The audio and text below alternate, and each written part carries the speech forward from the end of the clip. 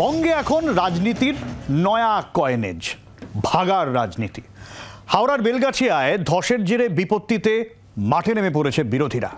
স্থানীয়দের খুব সামাল দেওয়ার পাশাপাশি শাসক দলকে সামলাতে হচ্ছে একের পর এক বিরোধী বান।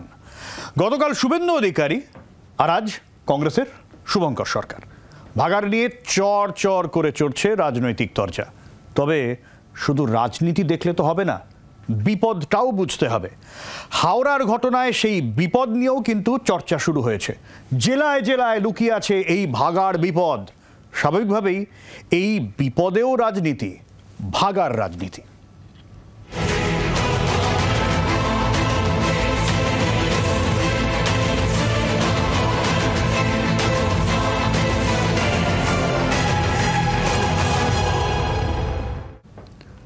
ভাগারেও রাজনীতি।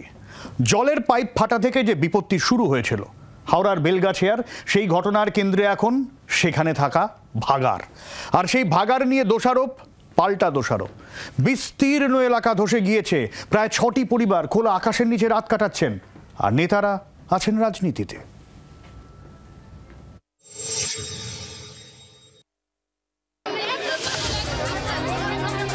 সোমবার ফেরহাদ গিয়েছিলেন হাওড়ার বেলগাছিয়ায়, তারপর শুভেন্দু অধিকারী। সেখানে পুলিশের হাতে রক্তারক্তির অভিযোগ।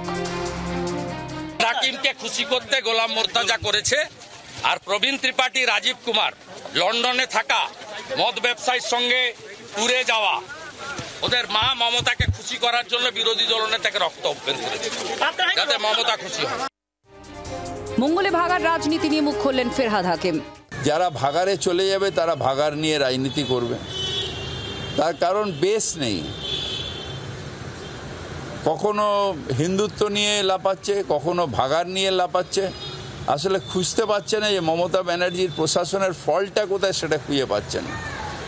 ধর্মীয় বিভাজনও এখানে কোনো দিন হবে না, আর কোনো দিন এখানে কোনো গাফিলতি হয়। এত স্কিম মমতা ব্যানার্জি যে ওনারা দিশা খুঁজে পাচ্ছেন না। সোমবার যখন এলাকায় যান তখন স্থানীয়দের বিক্ষোভের মুখে পড়তে হয় ফেরহাদ হাকিমকে, যদিও বিক্ষোভের বিষয়ে মানতে নারাজ পুরমন্ত্রী।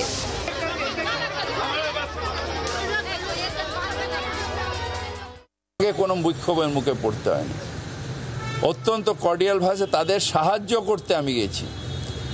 কোনো দায়িত্বের জন্য নয়, দায়িত্ব হচ্ছে মানুষকে ভালোভাবে রাখা, আর সেই কাজটা হচ্ছে।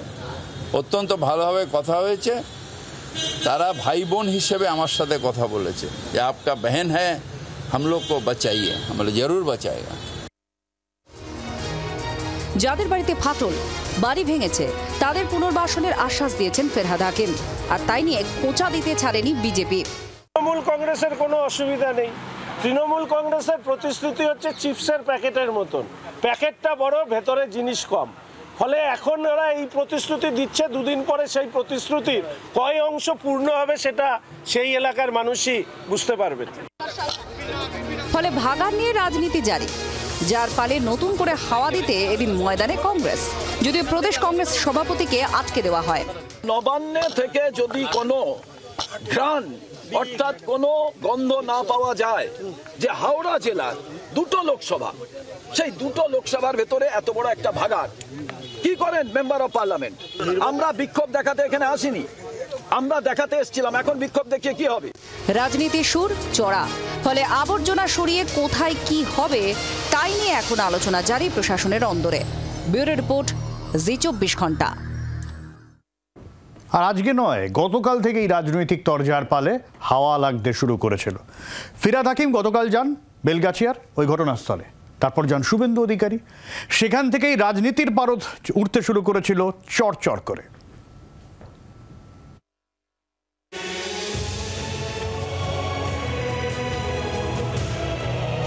ভাগাড়ে ধস, জলের পাইপলাইন ফেটে বিপত্তি, রাস্তা বাড়িতে ধস। গত কয়েকদিন ধরেই বিপর্যস্ত হাওড়ার বেলগাছিয়ার বিস্তীর্ণ এলাকা। আর এই পরিস্থিতিতে সোমবার বেলগাছিয়ায় যান পুরমন্ত্রী ফেরহাদ হাকিম। ঘটনাস্থল ঘুরে দেখেন বিরোধী দলনেতা শুভেন্দু অধিকারীও। দুই শিবিরের দুই নেতার হাওড়া সফর ঘিরে তুঙ্গে উঠেছে ভাগার রাজনীতি। এদিন সকালে হাওড়ার বেলগাছিয়ার এফ রোডে যান ফেরহাদ। আগামী 2-3 বছরের মধ্যে ওই জায়গার সমস্ত বর্জ্য সরিয়ে ফেলার আশ্বাস দেন পুরমন্ত্রী। যাদের বাড়ি ধসে গিয়েছে তাদের পুনর্বাসনের ব্যাপারেও আশ্বাস দেওয়া হয়েছে। এই ভাগাড়টা যাতে 3 বছরের মধ্যে কেটে মাঠ তৈরি করে দেওয়া যায়, তার একটা প্রোগ্রাম ইমিডিয়েটলি নিতে হবে। এদিকে মন্ত্রীকে কাছে পেয়ে অভাব অভিযোগের কথা জানান অনেকেই, কেউ কেউ ক্ষোভও উগরে দেন।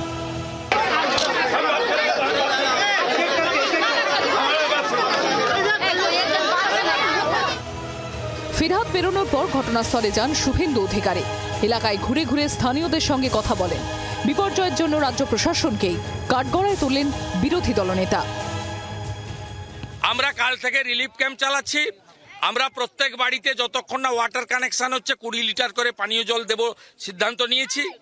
আমরা আজকে প্রত্যেকটা বাড়িতে বিজেপির পক্ষ থেকে 5,000 টাকা করে দিয়েছি। নেতাদের যা আসার পরেও স্বস্তি নেই হাওড়ায়। ফাটল ধরা বাড়িতেই দুশ্চিন্তায় দিন কাটাচ্ছেন বাসিন্দারা। ক্যামেরায় মিন্টুর সঙ্গে রনয়ের রিপোর্ট, জি 24 ঘন্টা। কিন্তু এরকম একটা ভাগা আর সেই ভাগার থেকে আচমকা এরকম একটা বড়সড় ধস, জলের পাইপ ফাটল থেকে তো শুরু হয়েছিল, তারপরে রাস্তায় এই ধস, এখন এটাই তো বড় মাথা ব্যথা হয়ে গেছে।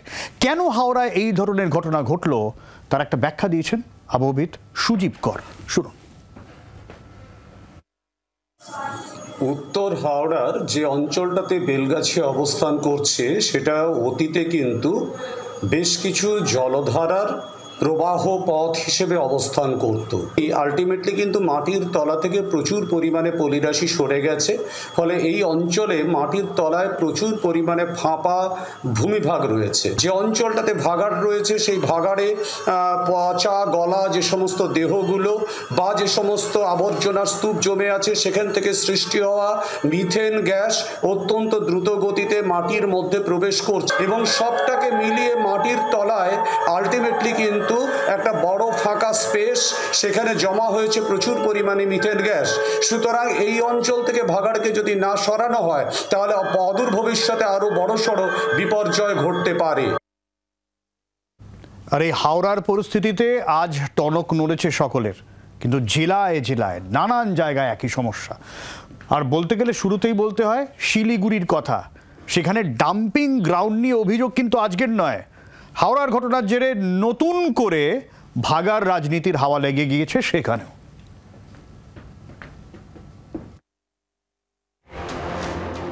শিলিগুড়িতে ডাম্পিং গ্রাউন্ড বিভীষিকা আজকের নয়, দীর্ঘদিনের ইস্যু। ডাবগ্রাম মৌজার ওই ডাম্পিং গ্রাউন্ডকে দূর থেকে দেখলে মনে হবে যেন কোনো পাহাড় উকি দিচ্ছে। জৈব জঞ্জাল পৃথকীকরণ ও সাত তৈরির প্রকল্প আছে এখানে, কিন্তু অজৈব জঞ্জালের স্তূপে স্তূপাকার গোটা এলাকা। মাঝে মধ্যে আগুন ধরানো হয় এখানে। স্থানীয় বাসিন্দাদের অভিযোগ তার জেরে ধোঁয়ায় ঢেকে যায় গোটা এলাকা। তবে এই সমস্যা আজকের নয়, আগেও অনেকবার শিলিগুড়ির এই ডাম্পিং গ্রাউন্ড নিয়ে চাপানুতর হয়েছে। হাওড়ার ভাগাড় রাজনীতির জেরে সেই ইস্যু আবারও নতুন করে সামনে এসেছে। সোমবার শিলিগুড়িতে বিজেপি কর্মীদের বিক্ষোভ চলে। নেতৃত্বে ছিলেন বিধায়ক শিখা চট্টোপাধ্যায়। বাঘাযতীন পার্ক থেকে মিছিল বেরিয়ে পুর নিগমের গেট পর্যন্ত যাওয়ার কথা ছিল। মাঝে পুলিশের বাধার মুখে পড়েন বিজেপি কর্মীরা। পুলিশের ব্যারিকেড ভাঙার চেষ্টা করলে ধস্তাধস্তি বেঁধে যায় দুপক্ষে। পরে বিজেপির ডাবগ্রাম ফুলবাড়ি বিধায়ক শিখা চট্টোপাধ্যায় কমিশনারের সঙ্গে দেখা করে স্মারকলিপি জমা দেন। ডাবগ্রামে যে ডাম্পিং গ্রাউন্ডটা রয়েছে, টোটাল শিলিগুড়ির ময়লা গিয়ে পড়ে ওই ডাম্পিং গ্রাউন্ডে। দীর্ঘদিন ধরে ওই জায়গার পুঁতিময় গন্ধ, দীর্ঘদিন ধরে ধোঁয়ায় ঢেকে যাচ্ছে এলাকা। তৈরি হবে আজকে শুনতে শুনতে আমাদের 10টা বছর কিন্তু কেটে গেল, কোনো রকম কোনো সলিউশন তৈরি হয়নি। আমরা ভারতীয় জনতা পার্টির পক্ষ থেকে আজকে এখানে ডেপুটেশন দিতে এসেছিলাম, অপদার্থ মেয়রকে নয়, আমরা ডেপুটেশন দিতে এসেছিলাম আমরা কমিশনারকে। শিলিগুড়ি শহর জুড়ে অনেক ফাঁকা জমি মিনি ডাম্পিং গ্রাউন্ড হয়ে গিয়েছে, কারণ শহরের জঞ্জাল সমস্যা আজকের নয়। শিলিগুড়ির ঘোগমালি, আশিঘর, ডাবগ্রাম, হাকিমপাড়া, হায়দারপাড়া, চম্পাশাড়ি, প্রধাননগর সহ সব জায়গারই একই অবস্থা। আর এই অবস্থায় বড় ডাম্পিং গ্রাউন্ডের ইস্যুতে নতুন করে হইচই। স্রেফ রাজনীতি হচ্ছে দাবি মেয়রের। কোনো কাজ এখানে বিজেপির এমপিরা করেনি, এখানকার এমএলএরা কোনো কাজ করেনি, এক গাড়ি মাটিও ফেলেনি, কোথাও কোথাও কোনো ডেভেলপমেন্টের কাজ করেনি। তারা কোনো কিছু কাজ করে না। তারা মাঝে মাঝে রাজনীতির জন্য মাঝে মাঝে হঠাৎ হঠাৎ তাদের দেখা যায়, ঈশ্বর এদের সুগতি দিক, এরা ভালো থাকুক এবং এদের গুড সেন্স প্রিভেল করুক। গত বছরের শেষে শিলিগুড়ির এই ডাম্পিং গ্রাউন্ডের জন্য স্টেট আরবান ডেভেলপমেন্ট অথরিটি প্রায় 64 কোটি টাকা বরাদ্দ করেছিল। কাজ চলছে বলে দাবি শাসক দলে, কাজ হচ্ছে না বলে হইচই গেরুয়া শিবিরে। হাওড়ার ভাগার রাজনীতির আঁচ বাড়ছে শিলিগুড়িতেও। নারায়ণ সিংহ রায়ের রিপোর্ট, জি24 ঘন্টা। আসলে ভয়টা হচ্ছে বেলগাছিয়ায় যেটা হলো, বিস্তীর্ণ অঞ্চল যেখানে ফেটে ফুটে গেল, সেটা অন্যান্য জায়গায় ঘটবে না তো? অন্যান্য জায়গাতেও একই ঘটনা ঘটতে পারে। কি করা উচিত আর কি করা উচিত নয় জানাচ্ছেন পরিবেশ প্রযুক্তিবিদ সৌমেন্দ্র মোহন ঘোষ। আজকে বেলগাছিয়া ভাগাড়ে যে ধরনের ঘটনা ঘটেছে, পশ্চিমবঙ্গের অন্যান্য স্থানেও ঠিক এই ধরনের ঘটনা পুনরাবৃত্তি হতে পারে। যেখানে সিলেক্ট করা হয় সেখানে ঢালু জায়গা হওয়া উচিত এবং ভাগাড়ে বিপদ, আর সেই বিপদের আশঙ্কায় ঘুম উড়েছে আসানসোল শিল্পাঞ্চলের। 19 নম্বর জাতীয় সড়কের দুপাশে রয়েছে দুটি বড় বড় ডাম্পিং গ্রাউন্ড। আজ হাওড়ার বেলগাছিয়ায় যে ঘটনা ঘটেছে, এই একই ঘটনা সেখানেও ঘটেছিল 2007-এ। আবারও কি ফিরে আসবে সেই ধসের আতঙ্ক? ভয় পাচ্ছেন স্থানীয়রা। আসানসোল শহরে প্রবেশ করার মুখেই 19 নম্বর জাতীয় সড়কের দুই পাশেই রয়েছে ডাম্পিং গ্রাউন্ড। হাওড়ার ডাম্পিং গ্রাউন্ডের ঘটনার পরে নড়ে চড়ে বসেছে প্রশাসন। 2007 সালে এই জাতীয় সড়কে বিশাল ধস দেখা দিয়েছিল এবং এই ধসের ফলে জাতীয় সড়ক ক্ষতিগ্রস্ত হয়, দুভাগে ভাগ হয়ে যায় জাতীয় সড়ক। কয়লাখনি এলাকা বলেই পরিচিত আসানসোল। এখানে ধস ফাটল নতুন কোনো ঘটনা নয়, কিন্তু তা বলে ভাগাড়ের জন্য ধস। হাওড়ার বেলগাছিয়া বুঝিয়ে দিয়েছে সমস্যাটা কতটা গভীর। গভীর সমস্যা আগেই টের পেয়েছিল আসানসোলবাসী। আসানসোলের কালীপাহাড়ি এলাকায় জাতীয় সড়কের পাশে রয়েছে বড় দুটি ডাম্পিং গ্রাউন্ড। দীর্ঘ 40 বছর ধরে জাতীয় সড়কের ধারে চলছে ময়লা ফেলা। 2007-এর 16ই জানুয়ারি এখানে হাওড়ার মতোই ঘটনা ঘটে। ধসে যায় বিস্তীর্ণ এলাকা, ফেটে যায় আশেপাশের বাড়ির দেওয়াল। আবারও কি ফিরতে পারে সেই স্মৃতি? আশঙ্কায় কয়লাঞ্চলবাসী। পাশে আপনাকে ন্যাশনাল হাইওয়ে আছে, ওইদিকে আপনার পাশে রেলওয়ে ট্র্যাক আছে, ঠিক আছে। 2007 সালে আপনার এখানে একটা ধ্বংসাল হয়েছিল। তো এরকম যে কলকাতায় ঘটনাটা হয়েছে, এটা আমরা পাড়া এলাকার মধ্যে এরকম ঘটনা একটা হতে পারে, তো এইটা ভয় লাগছে। ভয় তো লাগে, এখানে কম আসবে, গ্যাস হয়ে যাবে, ভূমিকম্প হয়ে যাবে, সবাই ঢুকে মরে যাবে। রাজ্যের দ্বিতীয় বৃহত্তম পৌর নিগম আসানসোল। সূত্রের খবর, আসানসোলে পৌর নিগমের 106টি ওয়ার্ডের মধ্যে 40টি ওয়ার্ডের আবর্জনা ফেলা হয় কালীপাহাড়ির এই ডাম্পিং গ্রাউন্ডে। প্রত্যেক দিন 120 গাড়ি আবর্জনা 40টি ওয়ার্ড থেকে সংগ্রহ করে ফেলা হয় কালীপাহাড়ির এই ডাম্পিং গ্রাউন্ডে। আসানসোল দক্ষিণের বিজেপি বিধায়ক অগ্নিমিত্রা পলের অভিযোগ, এখানেও হাওড়ার মতো ঘটনা ঘটতেই পারে। যে কোনো সময়তেই ঘটতে পারে। আর আসানসোল তো হচ্ছে মাইনিং এরিয়া, এখানে তো পুরো আসানসোল রানীগঞ্জ ভেতরে কয়লা বের করে করে সব ফাঁক করে দিয়েছে। এমনিতেই বলে যে কোনো সময় আসানসোল রানীগঞ্জ ধসে যাবে, কারণ ভেতরে কোনো মানে পুরো খোকলা। তো এই অবস্থাতে যেখানে হাওড়াতেই বলুন বা আসানসোলেই বলুন বা পশ্চিমবঙ্গের যেখানেই বলুন, যেখানে ফাটল ধরছে বা হয়ে যাচ্ছে, মানে ব্লাস্টের জন্য মানে ডিস্ট্রাকশন হচ্ছে, সেখানে তো প্রশাসনের তো এটা মাথায় দেওয়া দরকার না। ওটা আমাদের নজরদারিতে সবসময় থাকে এবং আমাদের ওইটা তো প্রজেক্টও লেগে আছে যে সুরাট থেকে যেটা হচ্ছে সেটা দেখছেন আপনি, ওইখানে কাজও চলছে যে তাড়াতাড়ি ডাম্পিং গ্রাউন্ডটা ক্লিয়ার করা হোক, সেটা নজরদারিতে আছে যে এরকম কোনো ঘটনা না ঘটে। স্থানীয়রা চাইছেন যত দ্রুত সম্ভব খালি হোক আবর্জনার এই বিপুল বোঝা। আসানসোল থেকে বাসুদেব চট্টোপাধ্যায়ের রিপোর্ট, জি24 ঘন্টা। অর্থাৎ মোটামুটি একটা বিষয় পরিষ্কার হলো, ওইসব আবর্জনা থেকে মিথেন গ্যাস বেরোয় যা মাটির ক্ষতি করে দেয়। তাই এটাকে পুনর্ব্যবহার করার কথা ভাবতেই হবে, এমন পরামর্শ দিচ্ছেন পরিবেশ প্রযুক্তিবিদ সৌমেন্দ্র মোহন ঘোষ। এখানে যে বিষাক্ত মিথেন গ্যাস আছে সেটা ফাটিয়ে দিতে পারে মাটির তলায়, সেটাকে কিভাবে পুনর্ব্যবহার করা যায়, সেখান থেকে বিদ্যুৎ উৎপন্ন করা যায় বা বিকল্প জ্বালানি ব্যবস্থা করা যায় সেটা দেখতে হবে।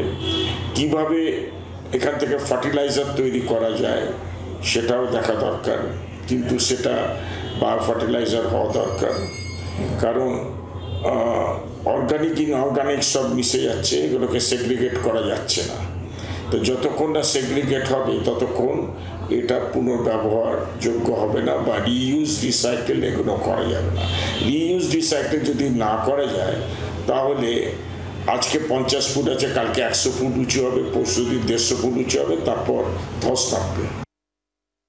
আর এই এত আলোচনার মধ্যে খুব স্বাভাবিকভাবেই কলকাতা যে ধাপার মাঠ, সেই ধাপার মাঠের কথা আসে। একটা জিনিস ভালো, এই ধাপার মাঠে এই যে রিসাইক্লিং এর বিষয়টা খুব তাড়াতাড়ি একটা নতুন প্ল্যান্ট তৈরি করার কথা ভাবা হচ্ছে। দেখুন,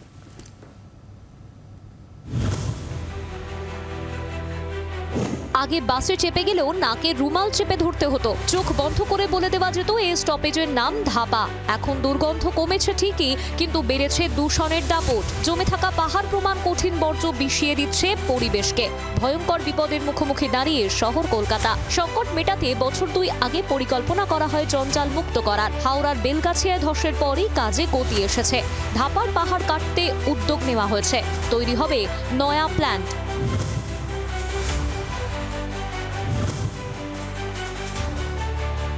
সরকারে আসার পর শহরের দূষণ রোধে জোর দিয়েছিল তৃণমূল সরকার। সেই লক্ষ্যে বর্জ্য প্রক্রিয়াকরণ করে তা পুনর্ব্যবহার যোগ্য করে তোলার পরিকল্পনাও ছিল। ধাপার মাঠে তৈরি হওয়ার কথা ছিল প্ল্যান্ট, তবে 2023 সালে জমি জটে তা আটকে যায়। অবশেষে 2 বছর পর কাটতে চলেছে সেই জট। নতুন প্ল্যান্ট তৈরির জন্য ধাপা সংলগ্ন এলাকায় 73 হেক্টর জমি চিহ্নিত করা হয়। 2023 সালে জমি অধিগ্রহণ বাবদ 850 জন চাষির ক্ষতিপূরণের তালিকা অর্থ দপ্তরের কাছে তুলে দিয়েছিল কলকাতা পুরসভা। ক্ষতিপূরণ বাবদ 55 কোটি টাকা এই বছরে পুরো কোষাগারে ঢুকতে চলেছে বলে সূত্রের খবর। কৃষকদের ক্ষতিপূরণের টাকা দেওয়া সম্পূর্ণ হলে ধাপার মাঠে প্ল্যান্ট তৈরির কাজ শুরু হবে। মানবিক দিকটাকে আমরা কনসিডার করে এদেরকে একটা সোলাসিয়াম দেওয়ার সিদ্ধান্ত নেওয়া হয় এবং সেই অনুসারে ইতিমধ্যে ফাইল তৈরি করে তার অনুমোদনের জন্য রাজ্য সরকারের কাছে পাঠানো হয়। সেটা সেখানে প্রসেসে আছে, অনেক দূরই এগিয়েছে। আশা করছি খুব শীঘ্রই সেই অনুমোদনটা চলে এলেই আমরা এদেরকে যে সোলাসিয়াম সেটা আমরা দিয়ে দিতে পারবো।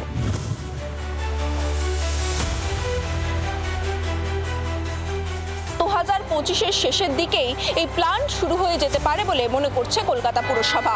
ফলে এই প্ল্যান্ট তৈরি হলে যেমন ধাপার পাহাড় কাটা সম্ভব হবে, তেমনই শহরকে দূষণ মুক্ত করতে পারবে কলকাতা পুরসভা। বর্তমানে 4000 টন জঞ্জাল পড়ে ধাপায়, 500 টন জঞ্জাল প্রক্রিয়াকরণ করা হয়। ফলে জমা জঞ্জাল ও জঞ্জাল প্রক্রিয়াকরণের পরিমাণের মধ্যে অনেকটাই ফারাক থেকে যাচ্ছে। বর্তমানে 20 একর জমি আবর্জনা মুক্ত করা হয়েছে। নয়া প্ল্যান্ট তৈরি হলে সেই ফারাকটা অনেকটাই কমবে বলে মনে করছে পুর কর্তৃপক্ষ। ক্যামেরায় কমল জানার সঙ্গে রক্তিমা দাসের রিপোর্ট, জি 24 ঘন্টা। বাংলার আওয়াজ, বাঙালির আবেগ, জি 24 ঘন্টা।